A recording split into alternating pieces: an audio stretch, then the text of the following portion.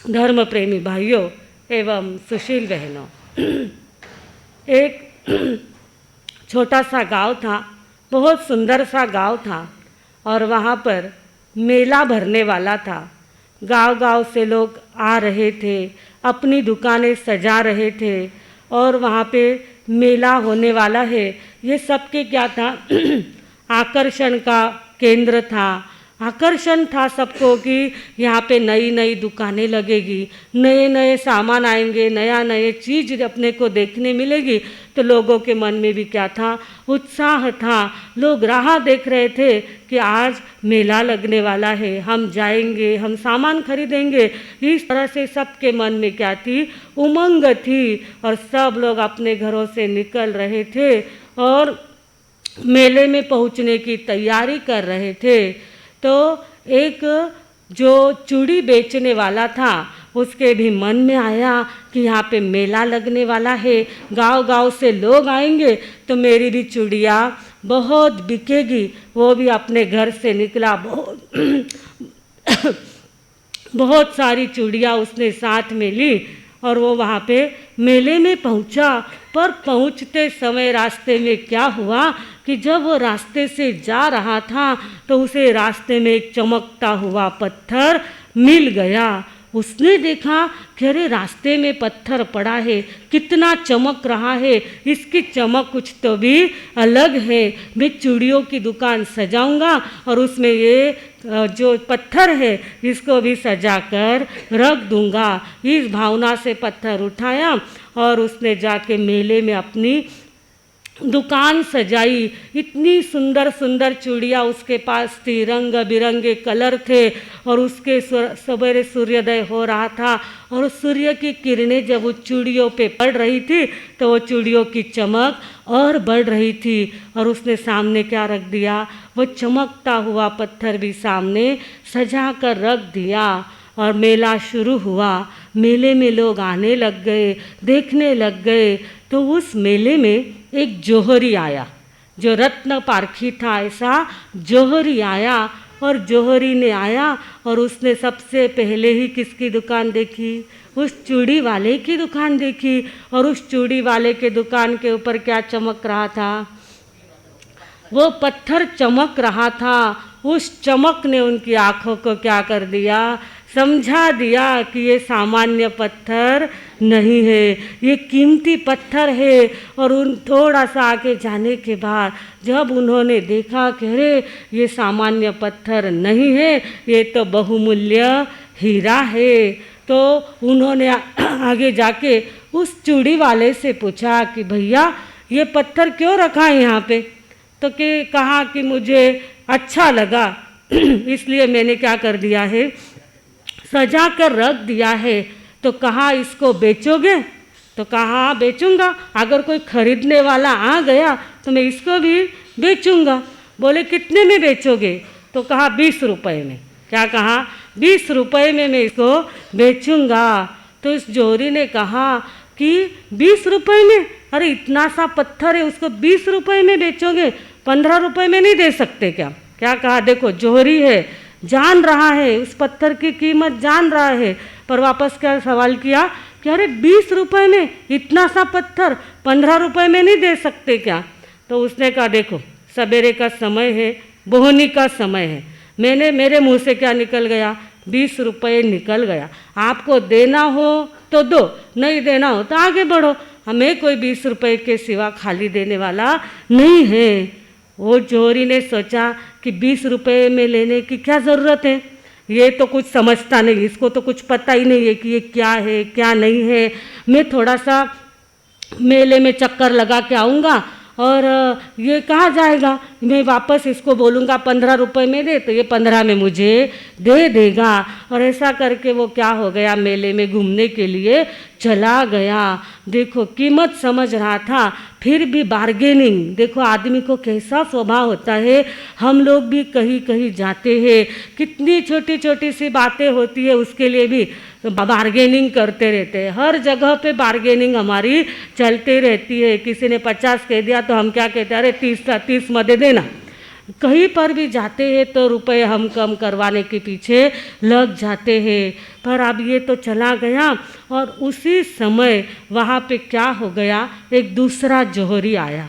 उसने भी देखा कि अरे ये चूड़ी वाला यहाँ पे पत्थर सजा के बैठा है, पत्थर तो कोई अलग प्रकार का है, पत्थर तो कोई विशेष है, ये बहुमूल्य हीरा है और इसने यहाँ पे सजा के रखा है। वो भी उसकी दुकान पे गए और उसको पूछा कि भैया ये पत्थर क्यों रखा है यहाँ पे?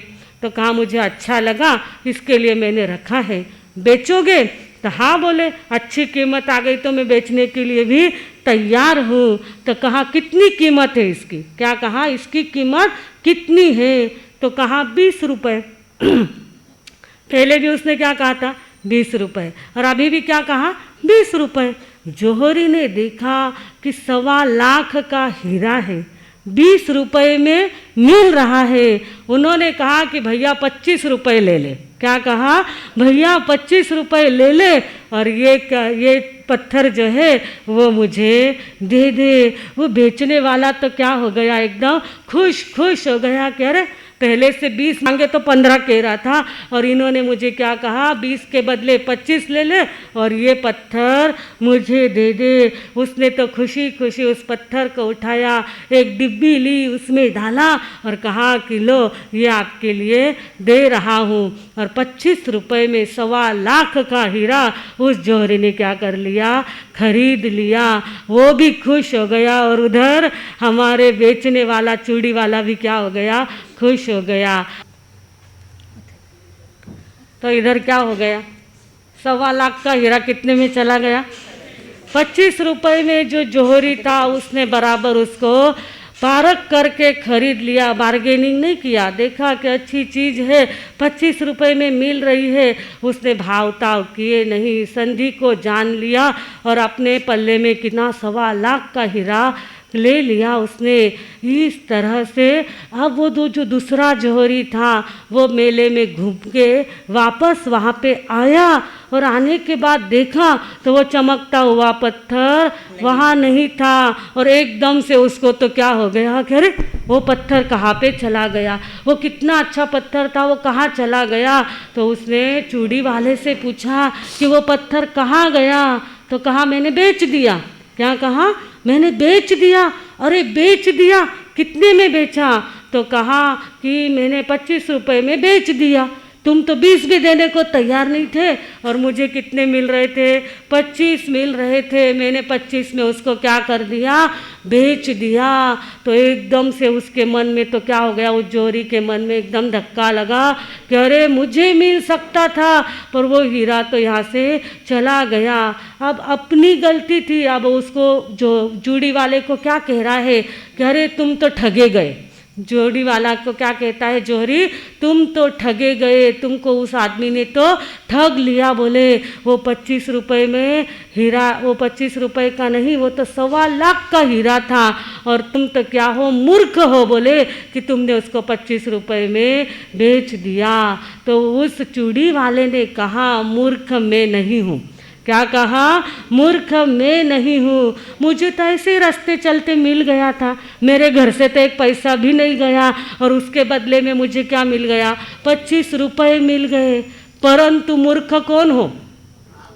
मूर्ख कौन हो? आप हो। आप तो उसकी कीमत जानते थे, आप हीरे को जानते थे, उसके वो कीमत क्या है वो पहचानने के बाद भी आपने सिर्फ 5 रुपये के लिए, सिर्फ 5 रुपये के लिए आपने बार्गेनिंग की और अपने हाथ से 1.25 लाख का हीरा आपने गंवा दिया। और वो जौहरी तो पश्चाताप करता ही रह गया कि अरे मैंने देखा था, उसी समय ले लेता तो आज भी मैं क्या हो जाता, मुझे कितना लाभ हो जाता। परंतु मैंने थोड़े से पैसे के लिए, थोड़े से के लिए मैंने वो हीरा गवा दिया। मारो हीरो गवायो वीरा कचरे में, मारो हीरो गवायो वीरा कचरे में। इन 5-25 के झगड़े में, मेरा 5-25 के झगड़े में मारो हीरो गवायो वीरा कचरे में, मारो हीरो गवायो वीरा कचरे में। ज्ञानी लोग कहते हैं कि उस जौहरी ने क्या किया, सिर्फ 5-25 के बार्गेनिंग के लिए इतना 1.25 लाख का हीरा गवा दिया। ज्ञानी लोग कहते हैं वो तो हीरा था, ये वापस मिल भी सकता है, पैसे दिए तो वापस मिल सकता है, परंतु ये मनुष्य जन्म रूपी हीरा जो हमें प्राप्त हुआ है, रोज़ हम क्या कर रहे हैं, इतनी उसकी कीमत जानते हैं, परंतु 5 इंद्रियां और 5 इंद्रियों के विषयों में इस विषयों में पढ़कर हम इस अनमोल जिंदगी को क्या कर रहे हैं, एक एक दिन हमारा जा रहा है। जो धर्म ध्यान करते हैं उनके दिन तो क्या हो जाते हैं, सार्थक हो जाते हैं, परंतु जो लोभ करते हैं, लालच करते हैं, आसक्ति करते हैं, इस जीवन की कीमत जानते हुए भी जो गलत गलत काम करते जाते हैं, उनका ये मनुष्य जन्म रूपी हीरा जो उनको मिला है, उसका क्या हो रहा है, रोज उसके हाथ से जा रहा है, और जो दिन चला जाता है वो वापस हाथ में आने वाला नहीं होता है। और जो ज्ञानी होता है उस जौहरी के जैसा वो 20 के बदले में 25 दे देता है और उस हीरे को क्या कर लेता है, प्राप्त कर ले, अपने जीवन को सार्थक कर लेता है। तो ज्ञानी लोग कहते हैं दुनिया में 3 तरह के लोग होते हैं। पहले लोग कैसे होते हैं, अज्ञानी होते हैं। जैसे वो चूड़ी वाला कैसा था, अज्ञानी था, वो हीरे को जानता ही नहीं था, तो उसकी कीमत को क्या जानेगा, उसके लाभ को क्या जानेगा। तो दुनिया में ऐसे अज्ञानी लोग होते हैं जिनको ज्ञान ही नहीं होता है, तो वो अगर इस जिंदगी को व्यर्थ गवाते हैं तो ज्ञानी उनको माफ़ करते हैं, परंतु जो ज्ञानी होके भी क्रोध करते हैं, मान करते हैं, माया करते हैं, लोभ करते हैं, आसक्ति करते हैं, मोह करते हैं, उनके ऊपर ज्ञानी लोग हंसते हैं कि तुमको तो समझ रहा है, तुमको तो कीमत मनुष्य जन्म की समझ रही है, फिर भी तुम क्या कर रहे हो, गलत गलत कार्य करके उस जिंदगी को व्यर्थ गवा रहे हो। उस दूसरे जौहरी ने जैसे अपने हाथ से हीरा गवा दिया, सामने देख रहा था, पहचान रहा था, फिर भी उसको गवा दिया, वैसे अपन अपने अनमोल जिंदगी को क्या कर रहे हैं, गवा रहे हैं। दिन बीतते जाते हैं, दिन बीतते जाते हैं, लोग मरते जाते हैं, दिन बीतते जाते हैं, लोग मरते जाते हैं, समझते हैं कि ये काम गलत है, समझते हैं कि ये काम गलत है, फिर भी करते जाते हैं। सवेरे सवेरे उठते हैं, छोटी छोटी सी बातों से क्रोध आ जाता है कभी क्रोध आ जाता है, कभी ईर्ष्या आ जाती है, कभी लोभ आ जाता है। समझते हैं कि नहीं, लोभ नहीं करना है, लालच नहीं करना है, समझते हैं, फिर भी समय आने के बाद कर लेते हैं और अपना समय हम गवा देते हैं। इस तरह से हम लोग चाहते क्या है, इतना सुंदर मनुष्य जन्म मिला है, तो इस मनुष्य जन्म को मिलकर हमें प्रकाश की प्राप्ति होनी चाहिए। इतना अच्छा मिल गया है, पर इसके आगे और अच्छा हो, इसके लिए हम क्या चाहते हैं, हमें प्रकाश की प्राप्ति होनी चाहिए, हमें इससे भी आगे जाके सत्य की प्राप्ति होनी चाहिए, ज्ञान की प्राप्ति होनी चाहिए। उपनिषद में ऋषि जो है वो अपने प्रभु से प्रार्थना करते हैं कि हे प्रभु, असतो मा सतगमय, मृत्योर्मा अमृतम गमय, तमसो मा ज्योतिर्गमय। हे प्रभु, हमें क्या करो, असत्य से सत्य की ओर लेके चलो।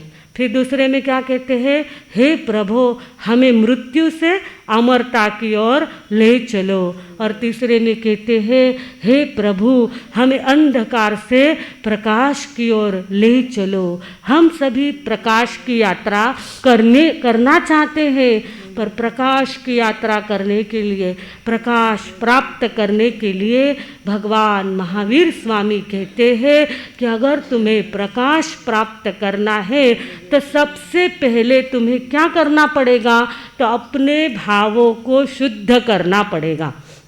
क्या करना पड़ेगा? अपने भावों को शुद्ध करना पड़ेगा।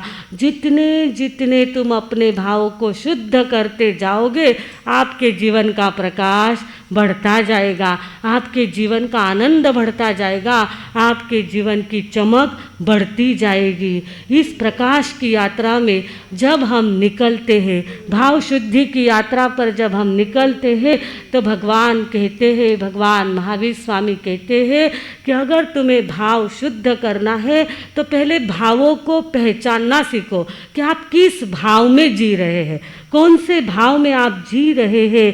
एक बार ये आपको पता चल गया तो फिर आप उसके ऊपर उठ सकते हैं, उसके ऊपर जा सकते हैं। तो भगवान महावीर स्वामी ने उत्तराध्ययन सूत्र के 34वें अध्याय में बताया है कि भाव कितने प्रकार के होते हैं?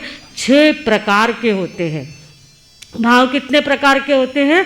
6 प्रकार के होते हैं। वैसे देखा जाए तो व्यक्ति तित्या प्रकृति, व्यक्ति जितने होते हैं उतने प्रकार की प्रकृति होती है।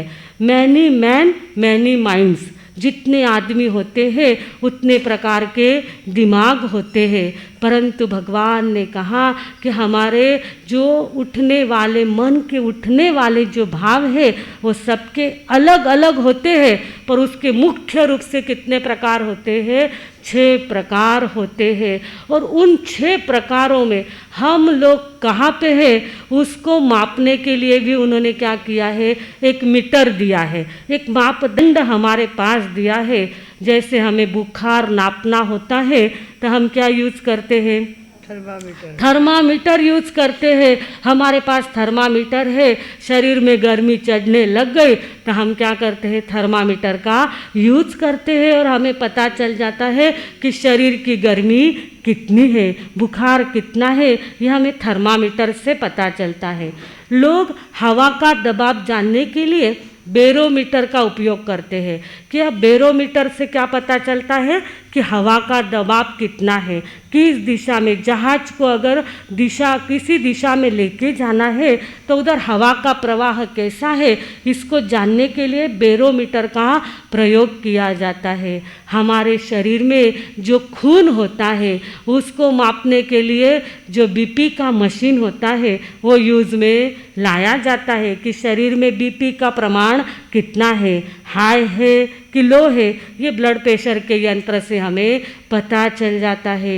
वैसे भगवान कहते हैं कि 6 प्रकार के भाव हम आपके सामने रख रहे हैं और वो 6 प्रकार के जो भाव होते हैं उसके कुछ कुछ क्या होते हैं? क्राइटेरिया होते हैं। उसमें अगर आप बैठते हैं तो वो भाव आपके भीतर होता है। और इन भावों को शास्त्र की भाषा में क्या कहा जाता है? लेशा कहा जाता है। अंतर से उठने वाले जो भाव होते हैं उसे क्या कहा जाता है? लेशा कहा जाता है। और लेशा यानी क्या? किरणें। लेशा का अर्थ क्या होता है? किरण होता है। तो अंदर से उठने वाली भावों की जो किरणें होती है उसे शास्त्र की भाषा में लेशा कहा जाता है। शब्द भले ही बड़ा होगा, कठिन होगा, पर उसका अर्थ बहुत इजी है कि लेशा यानी क्या? भाव। भाव यानी क्या? अंतर से उठने वाली भावों की किरणें। जैसे सूर्य होता है, सूर्य की किरणें धरती पर आती हैं, तो जब सूर्य के आगे बादल नहीं होते हैं तो स्वच्छ किरणें धरती पर आती है, तो हमें पता चलता है कि बादल एकदम नहीं है, स्वच्छ सूर्य की किरणें हमारे पास आती है। परंतु उसी सूर्य के आगे बादल आ जाते हैं। थोड़े से बादल आ गए तो भी क्या हो जाता है? थोड़े से बादल आ गए तो भी किरणें थोड़ी क्या हो जाती है? हमारे तक पहुंचने में मंद हो जाती है। और घने बादल आ गए तो फिर तो एकदम से प्रकाश कम हो जाता है। वैसे भगवान कहते हैं ये जो भावों के बादल है, ये जो भावों के बादल है, ये आपके सामने जब आ जाते हैं, अच्छे भाव रहते हैं तो आपके आत्मा से भाव भी क्या होते हैं? अच्छे बाहर शुद्ध निकलते हैं। परंतु जैसे ही क्रोध के, मान के, माया के, लोभ के बादल उस आत्मा के आगे आते हैं तो क्या हो जाता है? थोड़ा सा धूमिल प्रकाश बाहर निकलता है। और ज़्यादा ही बादल आगे आ गए तो फिर वो प्रकाश एकदम कम हो जाता है। और इससे जो भाव होते हैं उसमें सबसे पहले भाव का नाम क्या है? कृष्णलेशा। पहले भाव का नाम क्या है? कृष्णलेशा। कृष्ण यानी काला, कृष्ण यानी काला, काला यानी हमारे भाव कब कब काले होते हैं, हमारे मन के भाव कब मलिन होते हैं, कब अशुद्ध होते हैं, कब वो एकदम खराब होते हैं। उसका क्राइटेरिया भगवान ने एक दो लाइन में हमारे सामने प्रस्तुत किया है कि जो मन के भाव है वो कब मलिन होते हैं, कब उसमें मलिनता आने लग जाती है। तो सबसे पहले कहा एक श्लोक के माध्यम से हमें बताया है, उसके 6 प्रकार के क्राइटेरिया हमारे सामने रखे हैं। उसमें कहा है अति रौद्र, अति रौद्र सदा क्रोधी मत्सरी धर्मवर्जितः निर्दयो वैर संयुक्तः कृष्णलेशा धिको नरः। कृष्णलेशा किसमें होती है, किसकी कृष्णलेशा होती है? तो उसमें सबसे पहले भगवान ने क्या कहा, हमारे सामने कहा कि अति रौद्र, जिसके परिणाम रौद्र होते हैं, भयंकर होते हैं। कभी भी कुछ भी प्रसंग हुआ तो जिसके मन में क्या होती है? मारकाट की भाषा होती है, नष्ट करने की भाषा होती है, विध्वंस करने की भाषा होती है, हिंसा की भाषा जिसके मन में होती है वो अति रौद्र परिणाम वाला होता है। हम देख रहे हैं आजकल चारों तरफ हिंसा का साम्राज्य छाया हुआ है। और जो जितना जितना हिंसक भाव होते हैं वो व्यक्ति कौन होता है? कृष्णलेशा वाला होता है। और आज दुनिया में चारों तरफ नज़र करो तो हिंसा ही हिंसा आपको नज़र आएगी, क्योंकि युद्ध चल रहा है, युद्ध भी चल रहा है ना, अभी यूक्रेन रशिया का तो चल ही रहा है, उसके साथ अभी इजराइल और गाज़ा पट्टी में युद्ध चल रहा है। ये युद्ध किसके कारण होते हैं? हिंसक परिणाम के कारण होते हैं। मन में हिंसा की भावना होती है, रौद्र परिणाम होते हैं, तो उसके कारण क्या होती है? हिंसा होती है। एक देश दूसरे देश पर कब्जा कमाने के लिए क्या करता है? हिंसा करता है।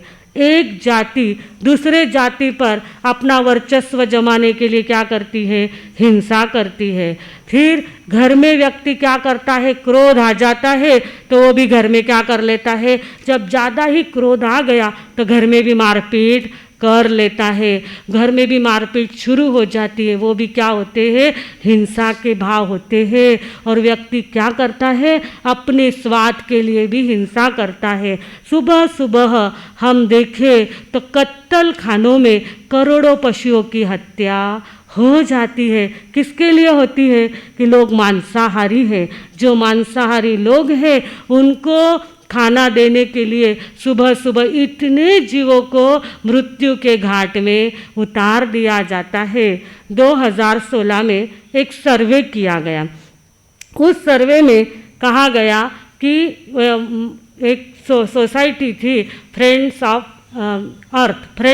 अर्थ। इस सोसाइटी ने इस ग्रुप ने एक सर्वे किया।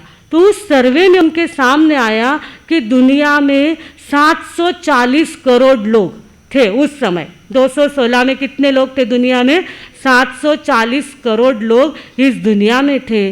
और उन्होंने उन सभी का सर्वे किया तो उनके सामने पता चला कि दुनिया के 690 करोड़ जो लोग हैं वो सारे मांसाहारी हैं। और सिर्फ 50 करोड़ लोग ऐसे हैं कि जो पूर्ण रूप से शाकाहारी है। यानी 97% लोग दुनिया में कैसे हैं? मांसाहार करने वाले हैं। और सिर्फ 3% लोग कैसे हैं? जो शुद्ध शाकाहारी है। तो मांसाहारी लोगों के लिए सुबह सुबह क्या हो जाता है कि हजारों पशु की कत्ल हो जाती है। यानी जो हिंसा करने वाले हैं, जो खाने वाले हैं, उनके सबके परिणाम कैसे हो जाते हैं? हिंसा से भर जाते हैं। और जो जैसा अन्न खाता है वैसा ही उसका मन भी क्या हो जाता है? बन जाता ना। हम कहते हैं ना, जैसा खावे अन्न, आपको भी पता है ना, जैसा खावे अन्न वैसा होवे मन। जैसा जैसा अन्न खाते हैं वैसा वैसा मन बन जाता है। जब लोग मांसाहार करते हैं तो उनका मन भी क्या हो जाता है, हिंसक बन जाता है। फिर उनको आगे वाले को मारने में, काटने में, विध्वंस करने में उनको कुछ भी लगता नहीं है। और उसका ही फल क्या है, आतंकवाद है, नक्सलवाद है, दहशतवाद है। ये लोग क्या करते हैं, कितने कितने प्लान बनाते हैं और लोगों को आए दिन मारते रहते हैं। तो इन सब के परिणाम कैसे है, अति रौद्र। पहले जो कृष्ण लेशा है उसको कैसे जानना, अगर ये 6 में से एक भी बात अगर हमारे में है तो हमको अभी से क्या करना है, धीरे धीरे उसको निकालने की कोशिश करना है। तो सबसे पहला क्या है, अति रौद्र, जिसके परिणाम भयंकर होते हैं, रौद्र होते हैं। जो छोटी छोटी सी बात का भी क्या करता है, बहुत बड़ा हिंसात्मक कार्य कर देता है। छोटी सी बात शहर में होती है और दंगा करने वाले जाड़ पोड़ करके विध्वंस कर देते हैं। तो इनके परिणाम कैसे होते हैं, अति रौद्र। फिर कहा सदा क्रोधी, जो व्यक्ति सदा क्रोध में जलते रहता है, उबलते रहता है, छोटी छोटी सी बात में जिसको क्रोध आ जाता है, वो कौन सी लेशा वाला होता है। अपने को याद कर लेना है, चातुर्मास अब पूर्णाहुति की ओर है। जाते जाते हमें एक पाठ क्या कर लेना है, याद कर लेना है कि हम कौन से भाव वाले हैं, कौन से विचार वाले हैं, हमारे में कौन से गुण बढ़ रहे हैं या दुर्गुण बढ़ रहे हैं, ये हमें अपने जानना है। तो दूसरा क्या बताया, सदा क्रोधी, जो बात बात में क्रोधी हो जाता है, जिसका क्रोध कभी शांत ही नहीं होता है। घर में अगर वो व्यक्ति आ जाता है तो सारे लोग डरने लग जाते हैं, कांपने लग जाते हैं कि अरे ये कभी भी क्रोध कर सकते हैं। दुर्वासा ऋषि कहीं पर भी चले जाते थे, वो ऋषि थे, पर लोग सारे उनसे क्या करते थे, डरते रहते थे कि अरे ये कभी भी क्रोध में आ जाएंगे और हमको शाप दे देंगे। तो जो क्रोध करने वाला होता है वो कौन सी लेशा वाला होता है, कृष्ण लेशा वाला होता है। फिर उसके बाद कहा मत्सरी, जो मत्सरी यानी जिसका मद झरता है, जिसका अभिमान झरता है, उसको भी क्या कहा गया है, कृष्ण लेशा वाला कहा गया है। लोग क्या हो जाते हैं, बहुत पैसा कमाते हैं तो उस पैसे का उनको क्या आ जाता है, अभिमान आ जाता है। वो दूसरे को तुच्छ समझने लग जाते हैं, स्वयं को उच्च समझते हैं और दूसरे को तुच्छ समझते हैं। किसी को सत्ता का अभिमान आ जाता है, किसी को अपने रूप का अभिमान आ जाता है, किसी को अपने आजू बाजू के जो लोग होते हैं वो बड़े बड़े होते हैं, उनको देख के इनका अभिमान बढ़ जाता है और वो नौकरों के साथ, दूसरे लोगों के साथ दुष्ट व्यवहार करने लग जाते हैं। ऐसे सत्ता का जब अभिमान चढ़ जाता है तब क्या होता है कि आदमी कुछ भी दुष्ट व्यवहार करने लग जाता है। अभी अभी आपने देखा साउथ कोरिया का जो अध्यक्ष थे किम जोंग जो थे वो कैसे थे, अत्यंत दुष्ट प्रकृति के थे।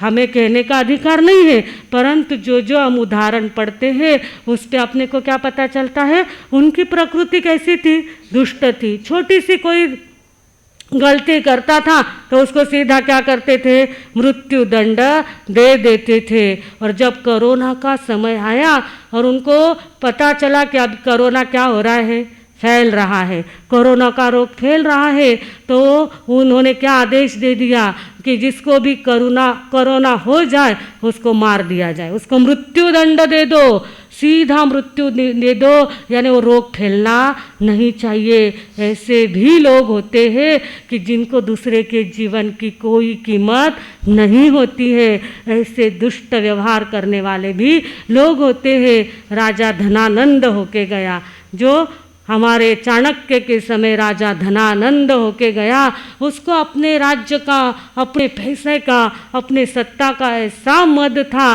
कि वो आगे वाला छोटी सी गलती करता तो कभी किसके हाथ काट देता, किसी के पैर काट देता, किसी को मार देता, मृत्यु दंड दे देता। तो इसे क्या कहा जाता है? मत्सरी, जिसका मद झरता है, जिसको अभिमान आ जाता है और अभिमान के कारण जो दुष्ट व्यवहार करता है उसे मत्सरी कहा जाता है। और उसके बाद आता है धर्मवर्जित। कुछ कुछ लोग ऐसे होते हैं अत्यंत नास्तिक होते हैं, उनको धर्म से कर्म से कुछ भी लेना देना नहीं होता है।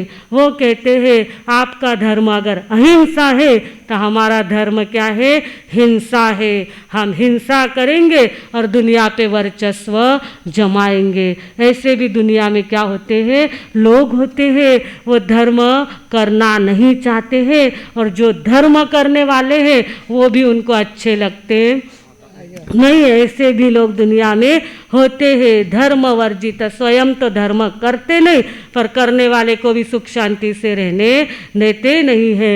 ऐसे धर्म वर्जित जो लोग होते हैं उनकी कौन सी लेशा होती है? कृष्ण लेशा होती है। और फिर हमारे सामने पांचवा लक्षण आता है कि कृष्ण लेशा वाला कैसा होता है? निर्दयी होता है। उसके मन में करुणा होती नहीं है। कुछ भी हो गया तो वो क्या कर देता है? आगे वाले को मारने में मजा लेता है परंतु जिलाने में मजा। कोई एक्सीडेंट हो गया है, कोई तड़फड़ा रहा है तो इनको देख के क्या हो जाता है? और आनंद आ जाता है। ये क्या करते हैं? कुछ जो निर्दयी लोग होते हैं वो अपनी मजा के लिए क्या करते हैं? कुत्ते के पूंछ में फटाके बांध देते हैं। कुत्ते की पूंछ में फटाके बांध देते हैं। वो कुत्ता आगे दौड़ता है, डरता है, आगे दौड़ता है और ये हंसते हैं, इनको खुशी हो जाती है।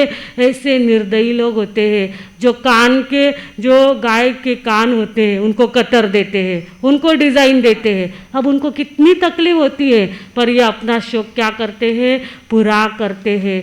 इस तरह से जो निर्दयी होते हैं वो कृष्ण लेशा वाले होते हैं। और लास्ट में कहा गया कि जो कृष्ण लेशा वाले होते हैं वो कैसे होते हैं? बेर बदले में इंटरेस्ट लेने वाले होते हैं। वैर संयुक्त, वो क्या करते हैं? बदला लेते हैं। इसने मेरे साथ ऐसा किया ना तो मैं भी इसका बदला लेके रहूँगा।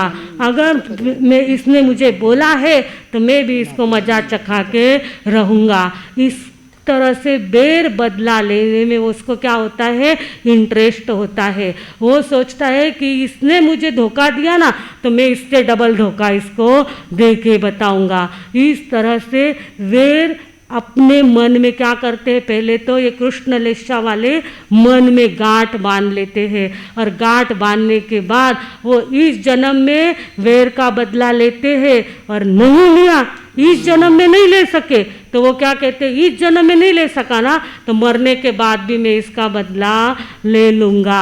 इस तरह से भी लोग दुनिया में होते हैं। एक व्यक्ति था, उसके भी मन में क्या था? बेर की भावना थी। उसके दोस्त ने उसको क्या किया था? थोड़ा सा धोखा दिया था तो इसके मन में क्या हो गया था कि उसका बदला लेने की मन में भावना आ गई पर वो जीते जी बदला नहीं ले सका। और जब उसके मृत्यु का समय आया तो उसने क्या कहा अपने बेटों को? देखो बोले मैं मर जाऊंगा ना तो मेरे टुकड़े टुकड़े कर देना। क्या कहा अपने बेटे को? मेरी अंतिम इच्छा क्या है कि मेरी मृत्यु जब हो जाएगी तब मेरे शरीर के क्या कर देना? टुकड़े टुकड़े कर देना। और टुकड़े करने के बाद क्या करना कि मेरे जो वो शत्रु लोग हैं ना, मेरे जो दुश्मन लोग हैं उनके घरों पे जाके डाल देना। और डालने के बाद पुलिस में क्या कर देना? समाचार देना, पुलिस वालों को बुलाना। देखो व्यक्ति क्या कह रहा है? जीते जी क्या कह रहा है कि मेरी मृत्यु के बाद मेरे टुकड़े करना, फिर मेरे दुश्मनों के घरों पे डाल देना, फिर पुलिस को क्या करना? समाचार देना और पुलिस को कहना कि इन लोगों ने हमारे पिताजी की हत्या की है और आपको प्रूफ चाहिए तो जाके वो टुकड़े देख लो। और जब पुलिस आएगी उन लोगों को पकड़ेगी, उनके हाथ में हथकड़ियाँ डालेगी और उनको जब जेल में लेके जाएगी तब मेरी आत्मा को क्या मिलेगी? शांति मिलेगी। ये मेरी अंतिम इच्छा है। मैं जीते जी तो मेरे दुश्मनों का बदला नहीं ले सका, पर मेरे बच्चों, मेरे मरते के बाद ये मेरी अंतिम इच्छा क्या कर देना, तुम पूरी कर देना। इस तरह से जो कृष्ण लेशा वाला होता है उसके भाव कैसे होते हैं? बेर बदला लेने के होते हैं, वैर के भाव होते हैं। इस जन्म में नहीं तो अगले जन्म में, अगले जन्म में नहीं तो उसके अगले जन्म में। इस तरह से बेर की परंपरा चलती रहती है। फिर कोई सांप बनता है तो कोई नेवला बनता है। इस जन्म में बेर बदला पूरा नहीं हुआ ना तो कोई अगले जन्म में क्या बनता है? एक सर्प बनता है तो एक नेवला बनता है, एक बकरी बनता है तो एक शेर बनता है, एक अगर चूहा बनता है तो दूसरा क्या बन जाता है? बिल्ली बन जाता है। इस तरह से वेर की परंपरा आगे से आगे चलती रहती है। इसके लिए हमारे यहाँ पे भगवान हमें रोज कहते हैं कि रोज रात को सोते समय खमत खामना करके सो। खामे नी सवे जीवा खमन तुम्हें, मिट्टी में सव भूयेसु वेर मज्जम न। मेरा किसी के भी साथ वेर नहीं है। दिन भर में घटनाएं घटती है, मन में भी कहीं ना कहीं दुख होता है, तकलीफ होती है, पीड़ा होती है और मन में आदमी बेर की गांठ बांधने लग जाता है। परंतु बेर की गांठ जब बांधते हैं हम लोग, उस समय याद रखना है इस जन्म में गांठ बांध लेंगे, पर जन्म जन्म में ये गांठें हमें तकलीफ देने वाली है। इसके लिए रात को सोते समय सब प्रकार की खमत खामना करके सो। और जिन लोगों ने आपको तकलीफ भी दी है, भले ही उन लोगों ने दी है, पर आप उनको क्या कर दो? क्षमा करने की कोशिश करो। अगर आपको प्रकाश की यात्रा करनी है, प्रकाश की ओर आगे बढ़ना है, तो हमें क्या करनी चाहिए? खमत खामना करनी चाहिए, आलोचना करनी चाहिए। और उनके मन से नहीं निकले पर अपने मन से तो अपन ने निकाल देना चाहिए। और जो ऐसी बातों को निकाल देता है वो कृष्ण लेशा से क्या हो जाता है? ऊपर उड़ जाता है। तो आज हमने कौन सी लेशा देखी है? पहली लेशा कौन सी है? कृष्ण लेशा। यानी काले कलर के परमाणु हमारे पास किस कारण से इकट्ठे होते हैं, उसके 6 कारण भगवान ने बताए हैं। उत्तराधायन सूत्र के 34वें अध्याय में बताए हैं। तो ये छोटा सा पाठ आपको भी जाते जाते क्या कर लेना है? याद कर लेना है। तो 6 बातों में सबसे पहली बात कौन सी है? अति रौद्र, जिसके परिणाम रौद्र होते हैं, भयंकर होते हैं। दूसरा वो क्या होता है? सदा क्रोधी, सदा क्रोध करने वाला होता है। तीसरा मत्सरी, यानी अत्यंत अभिमानी होता है। चौथा धर्म वर्जित, वो धर्म से रहित होता है। 5वां वो निर्दयी होता है। और 6ठा वो बेर बदले की परंपरा को बढ़ाने वाला होता है।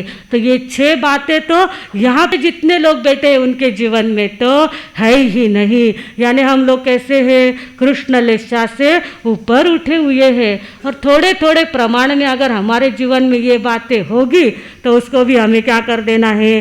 धीरे धीरे निकालने की कोशिश कर लेना है। तो इस तरह से हाँ, हमने कौन सी लेशा देखी है? कृष्ण लेशा देखी है।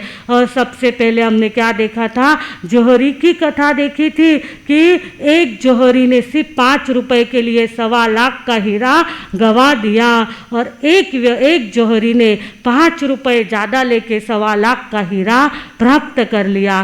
तो हमारे जीवन में हमें क्या करना है? हमारे जीवन को अगर हमें सार्थक करना है तो हमें भी उस दूसरे जौहरी की तरह बनना है।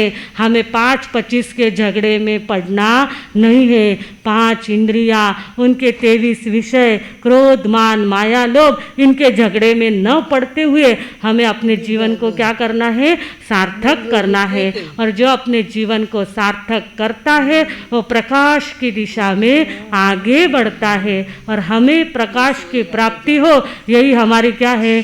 सबकी आंतरिक इच्छा है। और वो प्रकाश हमें कैसे कैसे प्राप्त होगा वो हम समय समय पर आगे अवसर आने के बाद देखते जाएंगे। तो सभी अपने जीवन में प्रकाश प्राप्त करें, इसी शुभकामना के साथ में विराम लेती हूँ। ओम शांति।